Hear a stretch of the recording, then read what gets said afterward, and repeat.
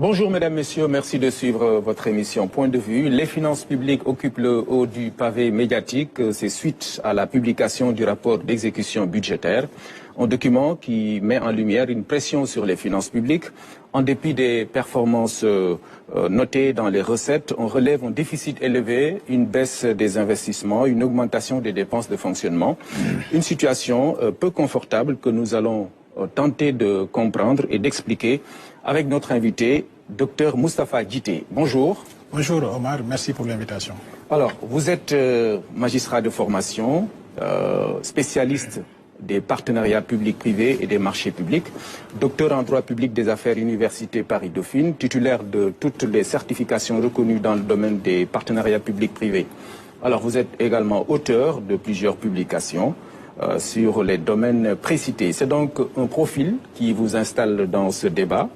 D'emblée, qu'est-ce que vous lisez dans les éléments contenus dans ce rapport d'exécution budgétaire?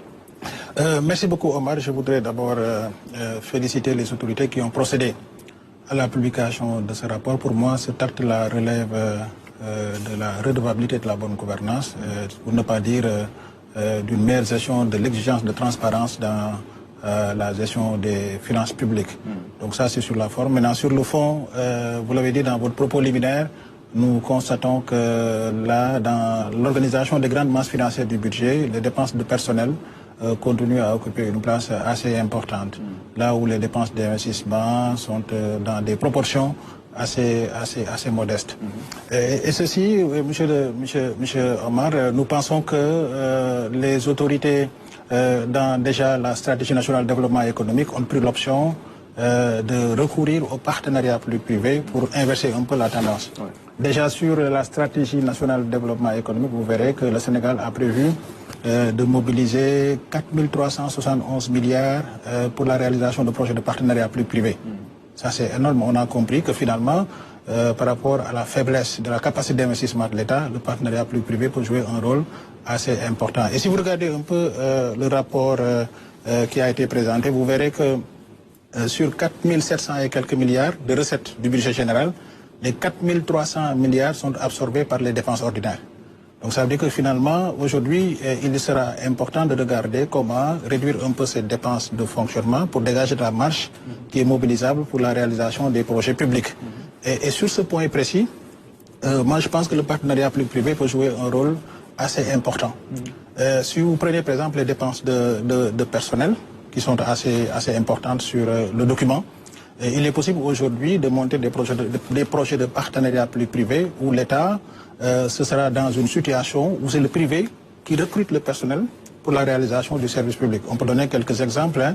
Si vous prenez par exemple dans le domaine de la santé, si on fait des PPP pour digitaliser la santé, il est possible, sur une contrée bien déterminée, en tout cas une zone géographique bien déterminée, de créer un hôpital de référence autour duquel on met des centres de santé et ça permet de concentrer les spécialités les plus avancées dans le cadre de la gestion des services cliniques, de les concentrer sur l'hôpital de référence et dans les centres, avec les possibilités de la digitalisation de la santé, de faire des consultations à distance. Donc on ne sera pas obligé d'avoir des spécialistes sur tous les établissements hospitaliers. Donc de concentrer un peu le personnel de très haut niveau sur un centre et d'avoir des hôpitaux satellites.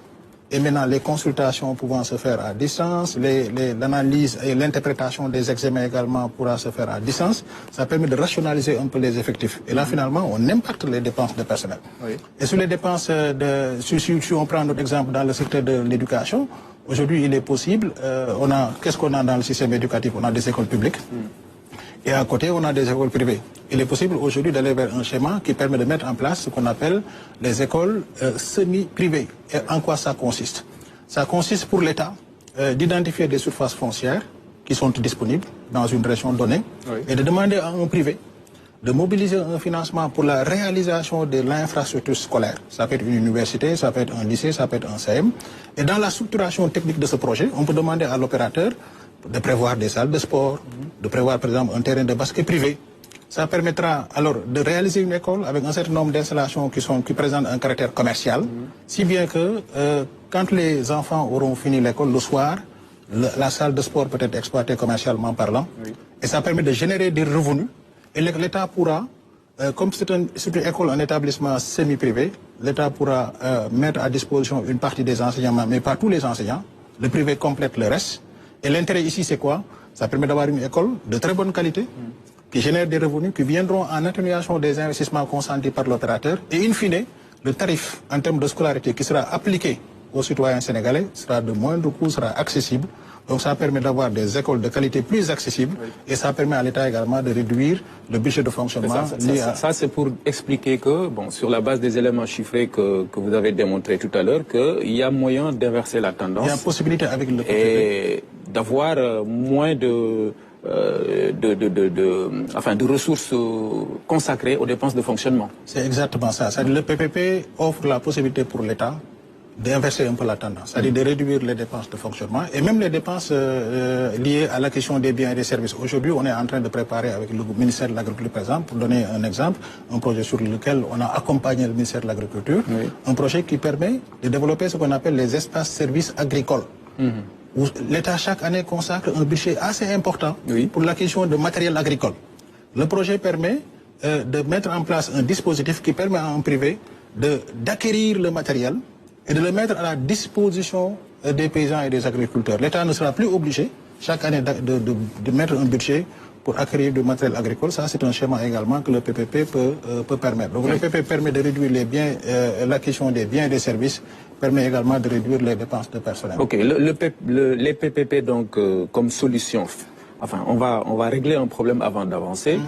C'est quoi exactement? Est-ce qu'on peut avoir des éléments clairs pour comprendre le schéma? C'est quoi le PPP? Le PPP, Omar, est un schéma contractuel assez innovant qui permet à l'État, lorsqu'il est question de réaliser un projet public, de ne pas solliciter forcément son budget, de faire un montage juridico-financier sur la base duquel un privé accepte de s'engager et il va lever les fonds en son nom personnel pour la réalisation du projet, lequel projet étant configuré de manière à générer des revenus qui lui permettront après de rembourser son prêt et de distribuer des dividendes. Finalement, l'État met juste un schéma qui permet de réaliser son projet sans que son budget ne soit sollicité. C'est ça l'intérêt du projet PPP. Et le PPP est un cadre contractuel assez complexe quand même, avec une certaine distribution des relations. C'est vrai qu'il y a une partie privée et l'État, qui sont dans un contrat, mais derrière, il y a également d'autres acteurs. Je vous ai dit tout à l'heure que le privé, sur la base du contrat qu'il a passé par l'État, il va chercher un partenaire qui accepte de l'accompagner dans le financement du projet. Donc, suivez mon regard, derrière, il y a un prêteur.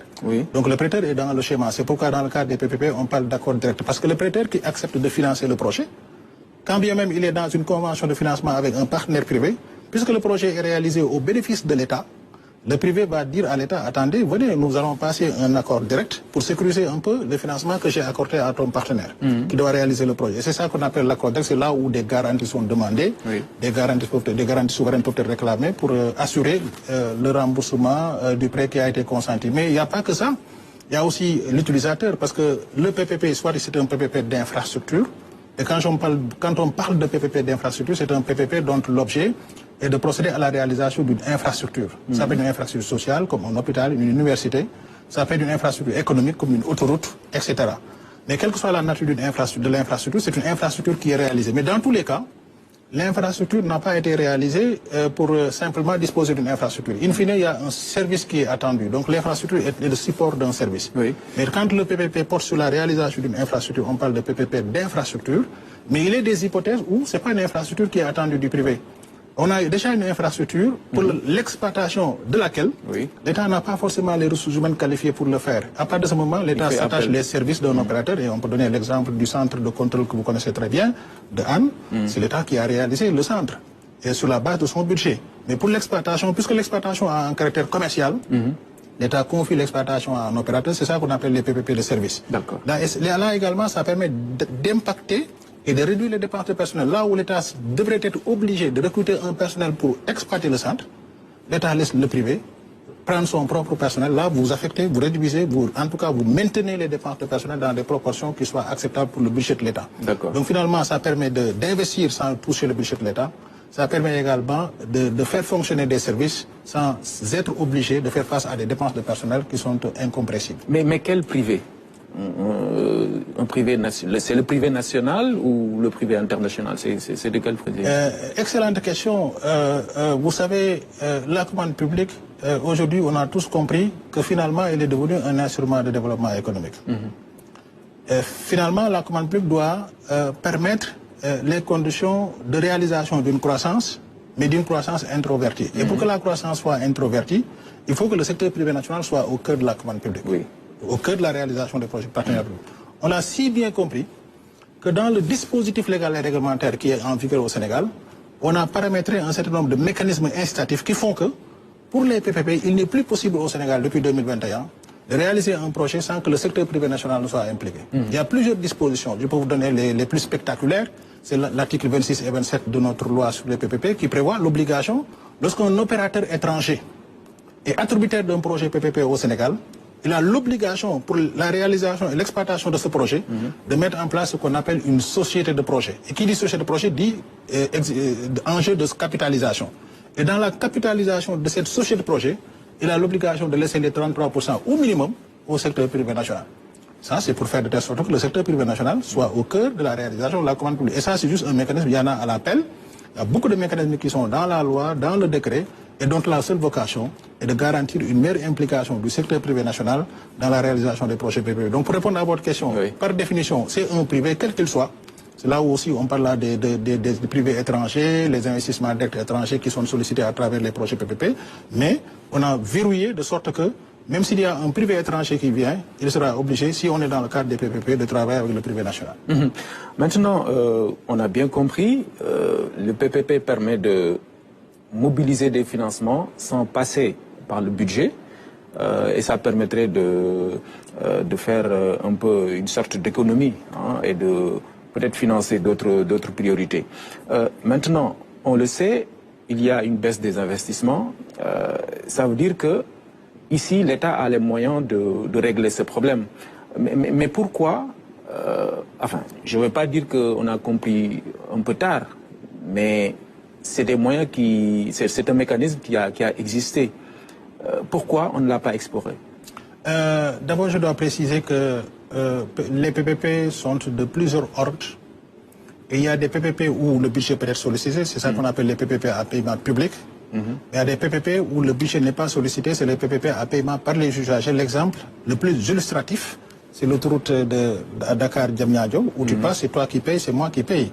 Donc on ne touche pas le budget alors qu'une infrastructure a été réalisée pour l'État.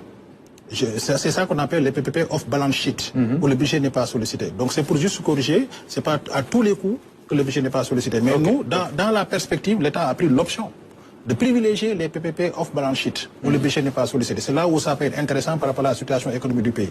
Maintenant, pour répondre à votre question, ce n'est pas un mécanisme nouveau, tu as raison. Le PPP est né dans les... Mais c'est de façon générale, il n'est pas très ancien aussi. Nous sommes dans les pays civilistes. Dans les pays civilistes, ce qu'on a connu pendant longtemps, c'est les délégations de services publics. Et le PPP est né dans les pays anglo-saxons. C'est là où on parlait de PIFI. C'est Private Finance Initiative.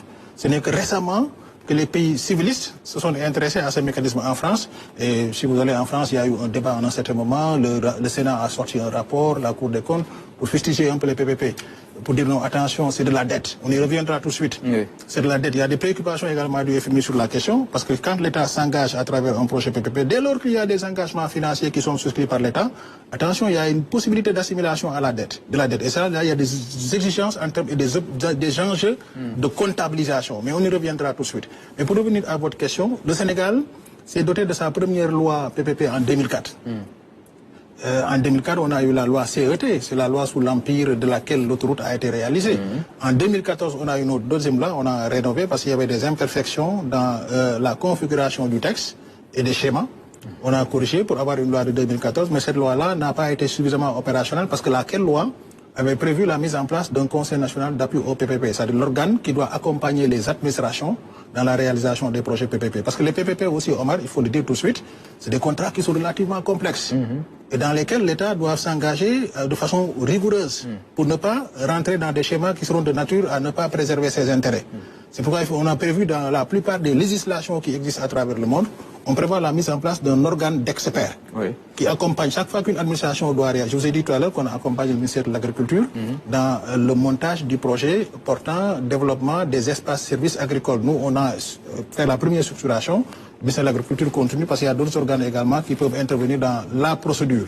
Donc le schéma, il n'est pas tout à fait nouveau, mais il n'est pas également très ancien.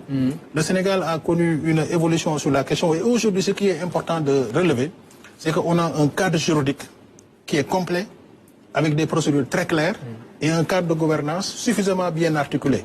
Des organes qui accompagnent, des organes qui contrôlent. Donc aujourd'hui, le dispositif légal et réglementaire qui permet au Sénégal de réaliser des projets PP, ce dispositif-là, il est en place. Pour moi, c'est ça qu'il faut retenir. Aujourd'hui, on a vraiment le cadre suffisamment cohérent et complet et exhaustif qui permet, lorsqu'une administration a l'intention de dérouler un projet PPP, de pouvoir le faire de façon encadrée, et de manière également à réaliser les objectifs et préserver l'intérêt de l'État. Ok. Mais un tel schéma, bon, d'après ce que j'ai lu, quelque part, sous-tend un endettement qui pose également problème actuellement dans le débat sur les finances. Et il y a aussi une forme de privatisation, vous l'avez expliqué. Tout cela présente donc des risques. Et comment est-ce qu'il faut prendre en charge tout cela? Je retiens 3 éléments dans votre questionnement. D'abord la dette, ensuite les risques, l'endettement et les risques. Maintenant, pour l'endettement, je l'ai dit tout à l'heure, que dans un contexte macroéconomique comme le nôtre, pour tirer le meilleur profit des PPP, il faudra privilégier les PPP off-balance sheet, où le budget de l'État n'est pas sollicité, où l'État n'a pas d'engagement. Et ça, c'est possible. Il est possible d'avoir un montage juridique et financier où le privé va aller sur le marché, contracter sa propre dette, signer sa convention de financement, réaliser le projet, parce que le projet est présumé pouvoir dégager des revenus, lesquels revenus sont mobilisés par le privé lui-même pour rembourser sa dette et procéder à la distribution de dividendes. Si vous voulez, je peux revenir rapidement sur ce schéma. Vous m'entendez parler de remboursement de la dette et distribution de dividendes. Parce que dans le cadre des PPP, généralement, le financement, il n'est pas monotone, il est mixte. Il y a une part de dette et une part de capitaux propres. La dette qui est contractée, il faut qu'elle soit remboursée. Et c'est les revenus qui sont générés par le projet qui permettent de rembourser la dette. Maintenant, le surplus et fait l'objet d'une redistribution par rapport aux investisseurs qui ont accepté de financer. Il y a une partie qui est collectée auprès d'investisseurs. Et les investisseurs, c'est les compagnies d'assurance, les fonds de pension, c'est les fonds de retraite. Donc ça, c'est les investissements. Maintenant, donc, dette par rapport à la dette, quand on est dans des PPP off-balance sheet, la question ne se pose pas.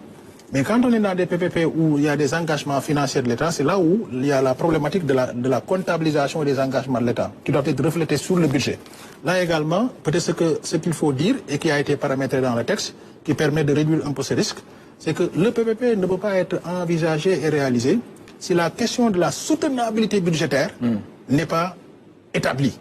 C'est là où, quand le projet est identifié, le ministère des Finances est saisi, et ça c'est prévu par la réglementation. On saisit le ministère des Finances, le projet lui est présenté, et le ministère des Finances regarde le projet, fait des projections sur la durée du projet, parce qu'un PPP il est réputé de longue durée. Le ministère des Finances regarde chaque année qu'est-ce que l'État doit payer, année sur année, jusqu'à la fin, et regarde par rapport à la marge de progression du budget, est-ce que les engagements qui sont souscrits dans le projet, auxquels l'État doit faire face, est-ce que ces engagements-là sont susceptibles d'être supportés par l'État?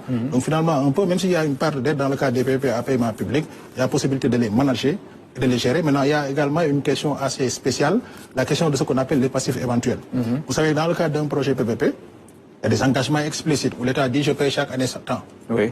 Mais il y a aussi des engagements qui sont implicites, c'est ce qu'on appelle dans le vocabulaire des PPP les passifs éventuels. C'est-à-dire quand on vous dit l'État, si on résilie, l'État doit payer à l'opérateur. C'est des passifs éventuels. C'est là où les autorités du ministère des Finances également le comprennent très bien. Là, on fait ce qu'on appelle, on dégage des provisions. C'est-à-dire ces passifs éventuels-là, on les identifie, on en mesure l'occurrence, on apprécie l'impact qu'ils peuvent avoir sur le budget et on fait une provision. Pour que demain, si l'événement se réalise, qu'on soit en mesure de... Donc finalement, même s'il y a une dette quelque part, la dette peut être mesurée et managée. Et il y a des hypothèses où il n'y a même pas de dette, c'est les PPP à paiement par les usagers. Donc finalement, pour moi, c'est cet aspect-là. Aujourd'hui, les autorités sont conscientes de ça.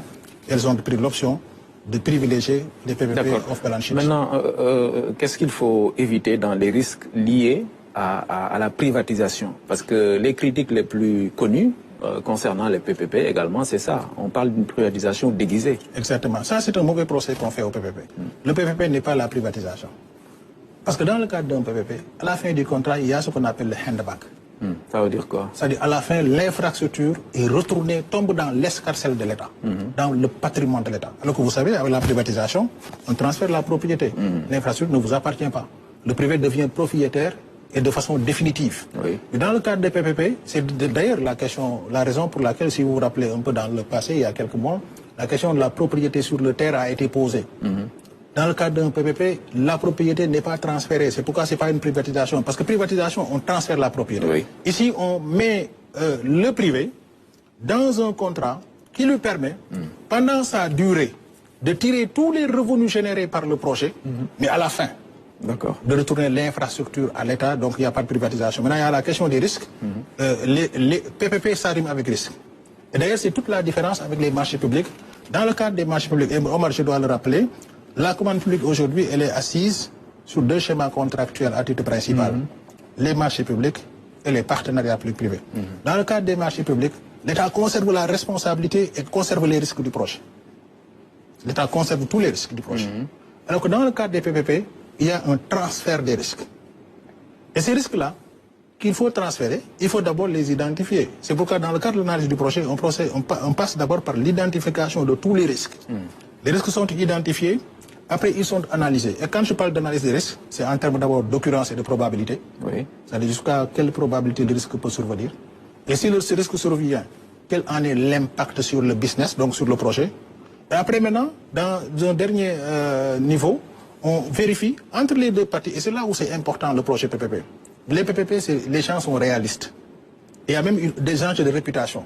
Dans un PPP, le privé ne cherche pas à mettre l'État dans un schéma qui n'est pas viable. Parce que s'il le fait, ça c'est sa réputation qui est compromise.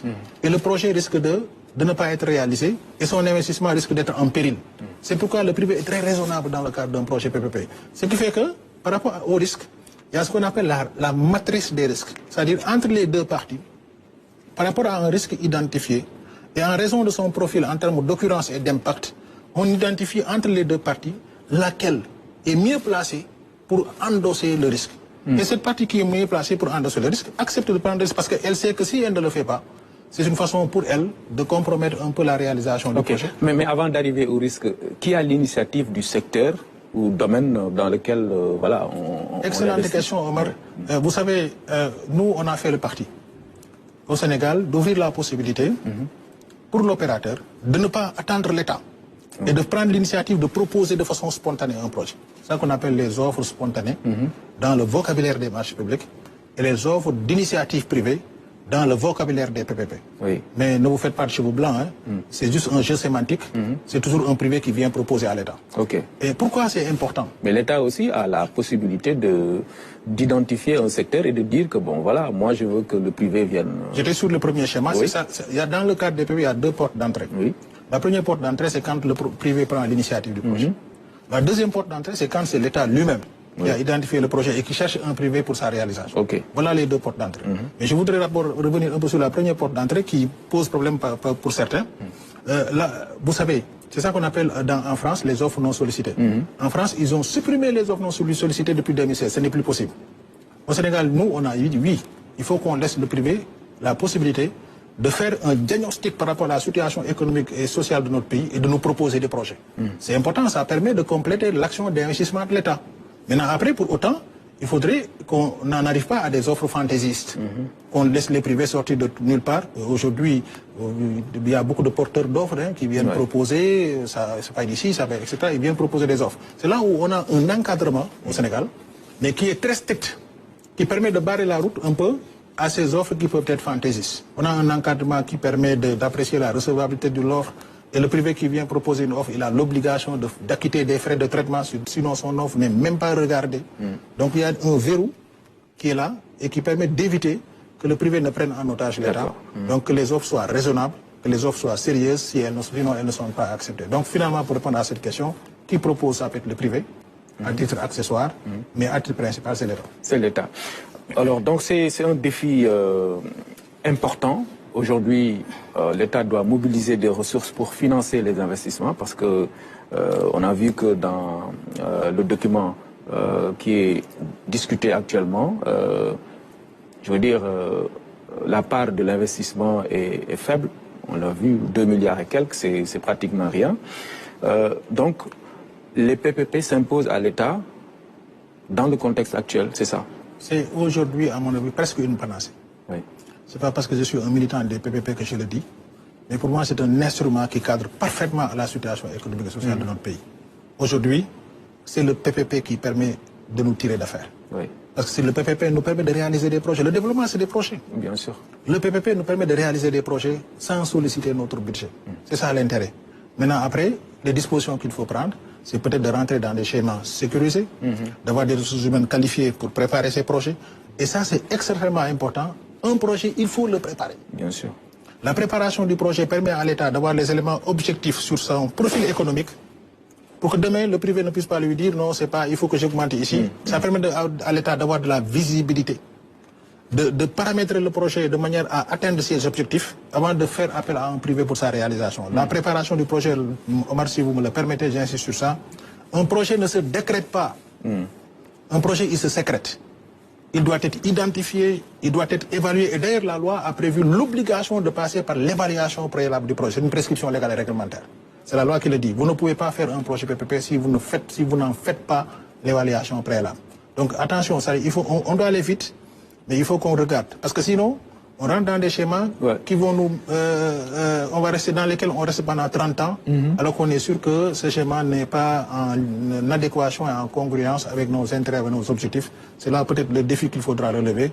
Bien préparer les projets, bien les regarder sur le plan technique. Et il y a une procédure pour ça, que les gens maîtrisent, hein, une procédure de préparation des projets PPP. Si on passe par là, ça nous permet d'avoir des projets qui font sens sur le plan économique et sur le marché. D'accord. Donc, ils vont faire venir des investisseurs qui vont intervenir, investir dessus et qui vont permettre à nos pays d'avoir plus d'écoles, plus de routes, plus d'autoroutes, plus d'aéroports, etc. On aborde les risques en lien avec le contexte qui peut se présenter. Finalement, ils sont de quel ordre, les risques? Ils peuvent être des risques sociaux, économiques, voilà. Le risque d'un projet dépend de la nature du projet. Si vous devez faire, par exemple, un bâtiment sur plusieurs niveaux, il peut y avoir un risque pédologique le sol. Si vous devez faire une autoroute qui traverse plusieurs contrées, vous pouvez avoir un risque archéologique parce que vous traversez des zones qui sont classées patrimoine historique mondial, par exemple. On a connu des projets ici au Sénégal où on a déplacé des cimetières. Vous connaissez la cité Apix. Donc tout ça, c'est des risques. Il peut y avoir un risque technologique. Aujourd'hui, on parle du New Deal technologique. Vous savez, sur le plan technologique, il y a ce qu'on appelle l'obsolescence des technologies. Aujourd'hui, une technologie, elle est là, assez intéressante, mais elle peut être dépassée dans 5 ans. C'est-à-dire, si vous mettez un projet sur un PPP, un privé sur un projet de 30 ans, un projet technologique, il faut faire attention par rapport au renouvellement de la technologie, parce que la technologie peut être dépassée. C'est un risque technologique. Et ça, c'est paramétré dans le contrat. Comment faire de telle sorte que si la technologie évolue, que le privé puisse prendre les dispositions pour mettre à jour, afin de maintenir le niveau de performance qui est attendu. Ça, c'est il y a un risque de change quand le projet est financé sur des devises étrangères. La dette qui a été contractée sur des devises étrangères.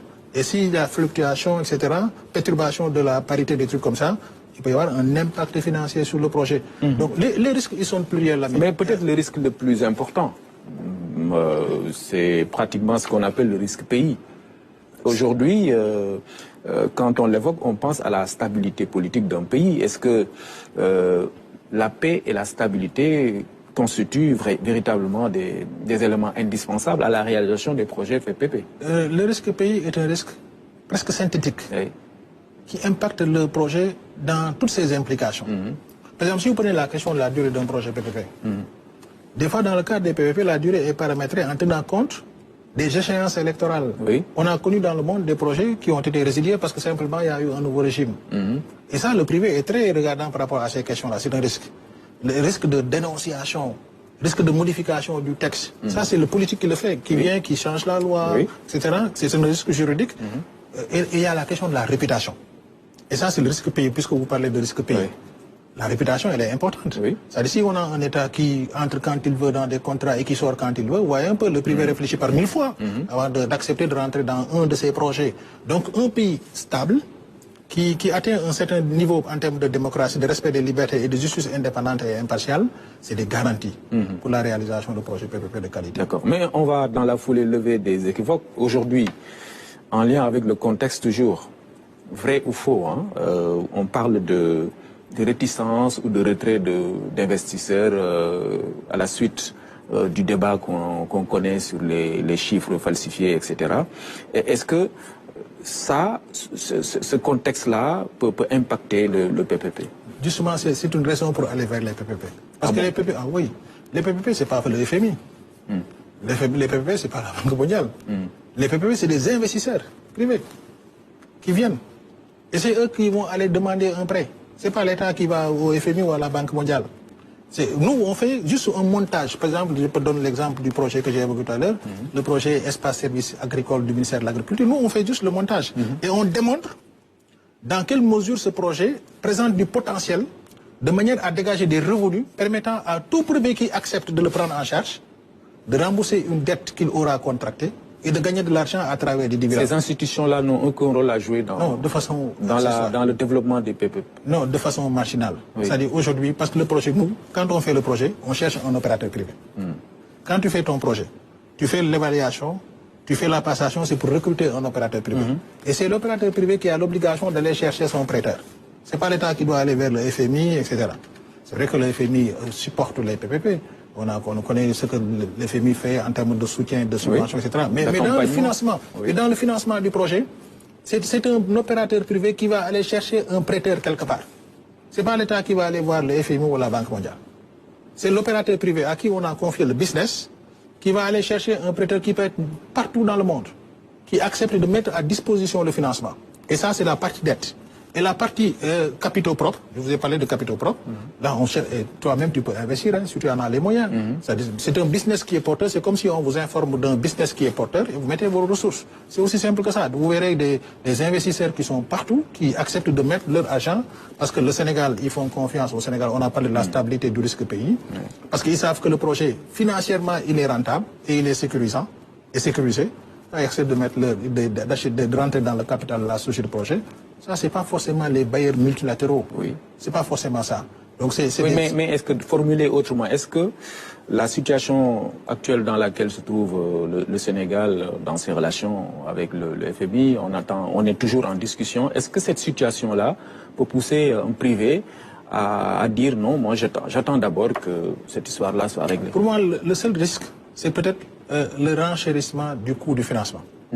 Parce que quand le FMI peut-être est dans une certaine réticence, vous savez, le FMI peut impacter un peu le marché financier. Oui. Ça peut peut-être renchérir un peu la prime de risque, des trucs comme ça.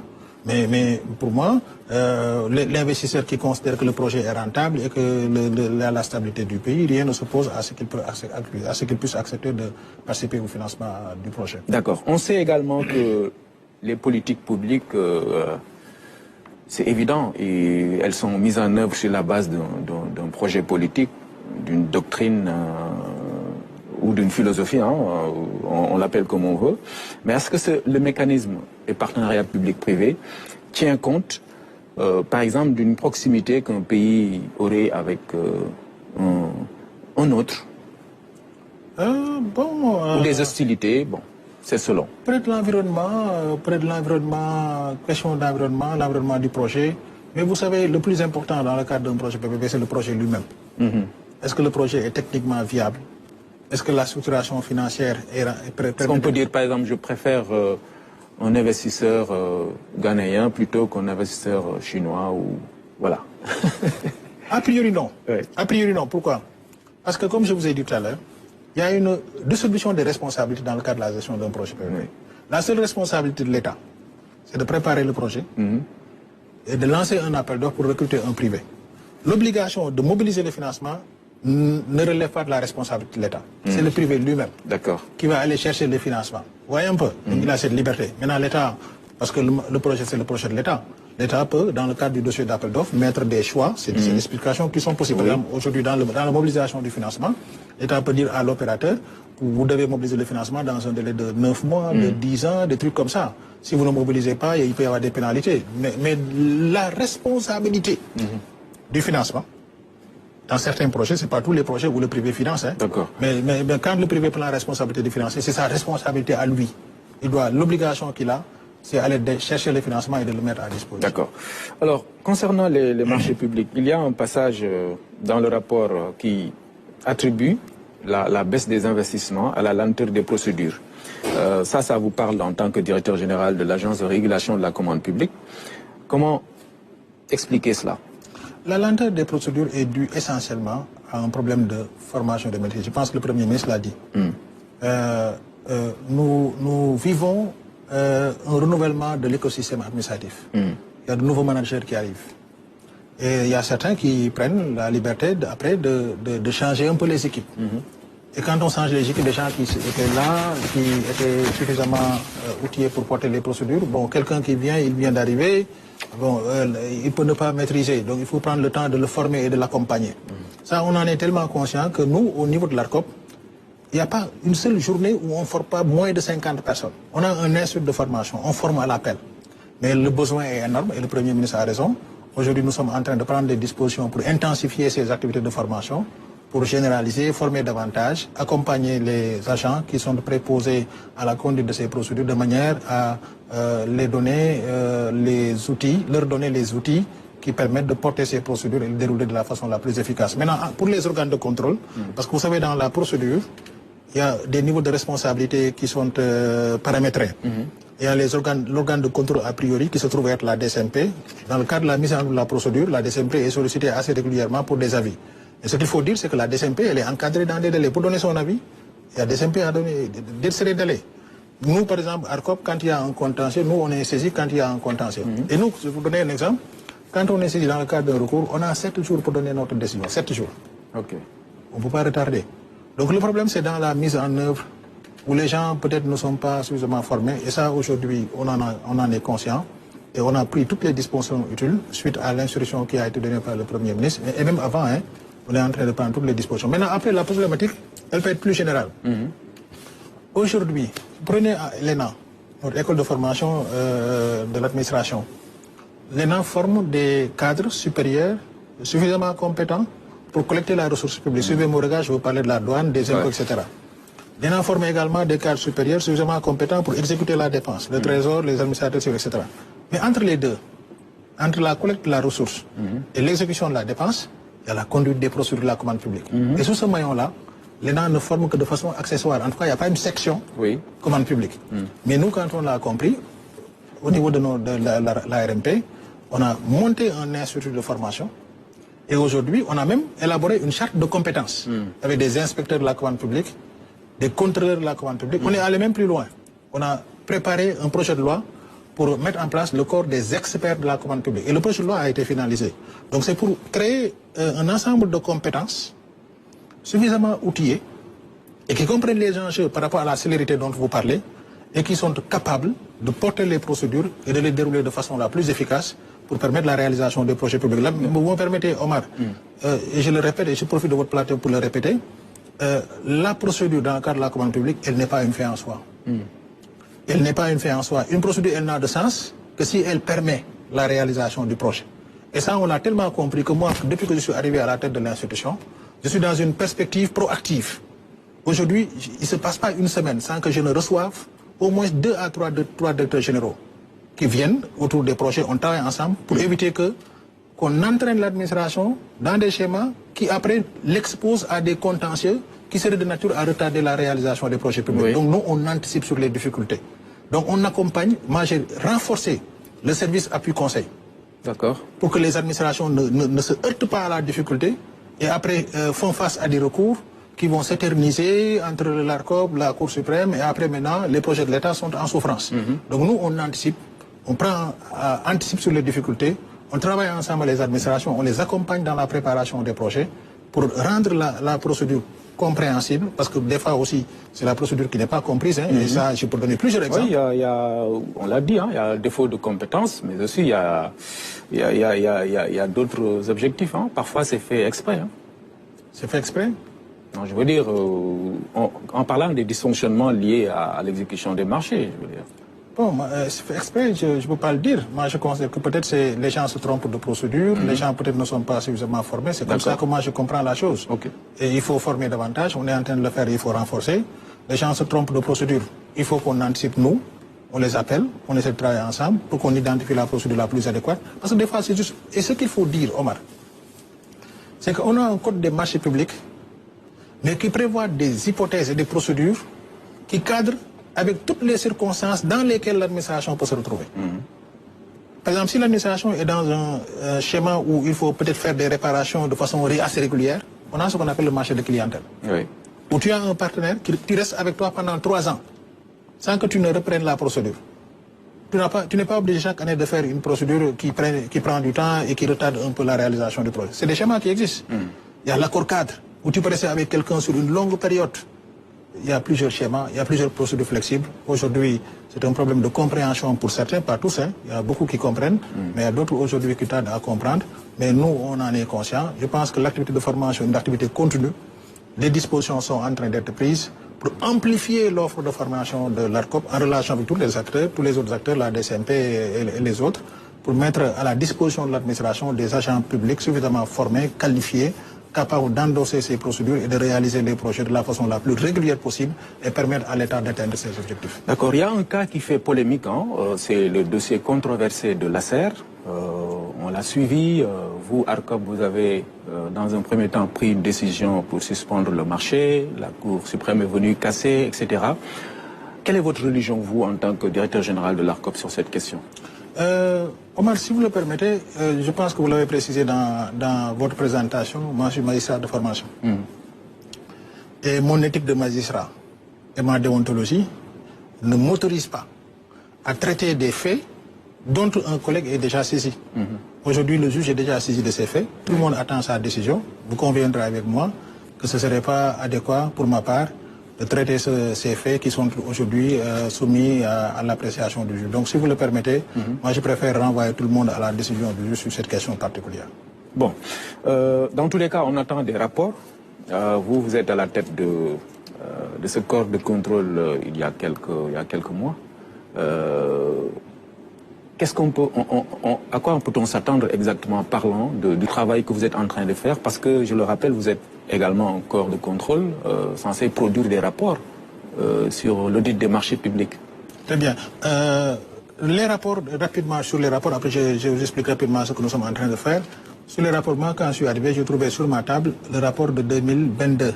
Parce que le rapport est produit à l'année N+1. Oui. J'ai trouvé sur la table, donc je suis arrivé en 2024, j'ai trouvé sur la table le rapport de 2022, qui devait être publié, mais qui ne l'a pas été. Et quand j'ai demandé à comprendre, on m'a expliqué que le rapport de 2023 était en cours de finalisation. Donc à partir de ce moment, j'ai estimé utile peut-être d'attendre qu'on finalise rapidement le rapport 2023 et de faire la publication des deux en même temps. Ce qui fait qu'aujourd'hui, dans un mois maximum, tous les deux rapports seront publiés et portés à la connaissance de 2022 2022 et 2023. Tous ces deux rapports seront publiés maximum dans un mois. Okay. Maintenant, ce que nous sommes en train de faire, aujourd'hui, on a shifté. La réforme sur la commande publique date de 2008. Aujourd'hui, on est en 2025. 2025. Donc presque 20 ans. Pendant longtemps, on s'est préoccupé des questions de conformité. À bon droit. Mais aujourd'hui, pour moi, la commande publique doit être utilisée comme un instrument de développement économique. Aujourd'hui, nous sommes en train de voir comment mobiliser la commande publique pour faciliter la réalisation d'emplois pour les jeunes. Comment utiliser la commande publique pour mieux impliquer le secteur privé dans la réalisation de cette commande publique. Donc, donner des parts de marché au secteur privé. Aujourd'hui, on est en train de travailler de façon très étroite d'ailleurs, avec tous les représentants du secteur privé, pour leur faciliter l'accès à la commande publique. Et aujourd'hui, Omar, si vous le permettez, on est en train de moderniser la commande publique. Figurez-vous, là également, c'est une publication c'est un lancement qui est imminent. On va lancer une plateforme de dématérialisation de la commande publique. Et ça permet, figurez-vous, Omar, à l'État du Sénégal de gagner au minimum 20 à 25 milliards par an. On va dématérialiser toutes les procédures. C'est-à-dire qu'aujourd'hui, la Giroute n'aura plus besoin, je donne l'exemple de la Giroute, n'aura plus besoin de faire un dossier d'appel d'offres sur des caisses et des caisses à distribuer aux opérateurs. Personne ne fera plus ça. On va mettre des dossiers en ligne. Les opérateurs également, ils seront plus obligés de se rapprocher des administrations pour acheter des dossiers d'appel d'offres, parce que c'est le cas aujourd'hui. Et ça, imaginez 800 administrations qui font des marchés en moyenne. Chaque administration qui fait des dossiers d'appel d'offres en papier, imaginez ce que ça représente en termes de papier. Oui. Tout ça, ce sera révolu avec la dématérialisation. Et ça permet, vous avez posé tout à l'heure la question de la célérité, ça permet d'aller très vite. En un clic, depuis votre bureau, le dossier est transmis à la DSMP. En un clic, depuis votre bureau, le dossier est transmis à l'ARCOP. Et aujourd'hui, moi, quand je suis arrivé en interne au niveau de l'ARCOP, il pouvait arriver qu'une décision rendue reste dans nos bureaux pour 2 mois parce qu'il y a des conseils qui ne sont pas là, ils ont voyagé, etc. Oui. Moi, aujourd'hui, je signe électroniquement mes décisions. Donc, on fait une décision aujourd'hui, le lendemain, la décision est disponible. Donc, on est en train de moderniser l'administration de la commande publique. Et aujourd'hui, on est en train de dématérialiser, comme je l'ai expliqué tout à l'heure. Donc, il y a beaucoup de chantiers qui sont ouverts. Et je pense que très rapidement, nous allons avoir une commande publique suffisamment agile, suffisamment moderne et portée vers le développement. L'objectif, c'est évidemment de renforcer la capacité des entreprises à pouvoir respecter les règles de procédure, c'est ça, non? Vous savez, la commande publique, a-t-on l'habitude de dire, c'est d'abord une commande faite par la personne publique, l'administration, mais qui est exécutée par le privé. Oui. Il faut que les deux acteurs aillent ensemble. Donc, on a formé pendant longtemps l'administration. Aujourd'hui, nous, on est en train de travailler le secteur privé pour les aider à identifier les contraintes et apporter, in fine, la solution qui permet d'accroître leur meilleure implication dans la réalisation des projets publics. Ouais. Merci beaucoup. Merci beaucoup, Docteur Moustapha Djité. Merci. Ça a été un plaisir de vous accueillir sur ce plateau et de découvrir un peu ces mécanismes importants dans le cadre de la mobilisation des ressources. On sait que le contexte n'est pas facile pour les autorités. On l'a vu avec la publication du rapport d'exécution budgétaire. Merci beaucoup encore une fois. Mesdames, Messieurs, merci d'avoir suivi cet entretien. Je rappelle que Dr Moustapha Djité est le directeur général de l'Agence de régulation de la commande publique et expert en partenariat public-privé. Merci, rendez-vous dimanche prochain.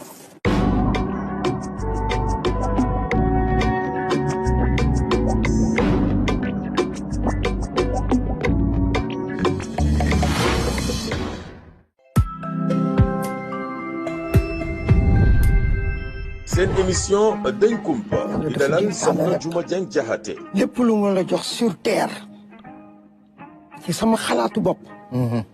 war nga ko bokk ak doomu aadama yi. war nga leen ci xajal. ay jaar-jaaram waaye tamit ay xalaatam ci ni àdduna bi di doxee rawatina ci lépp lu jëm ci wàllu social. lu ma lekk man kenn sama wërsëg.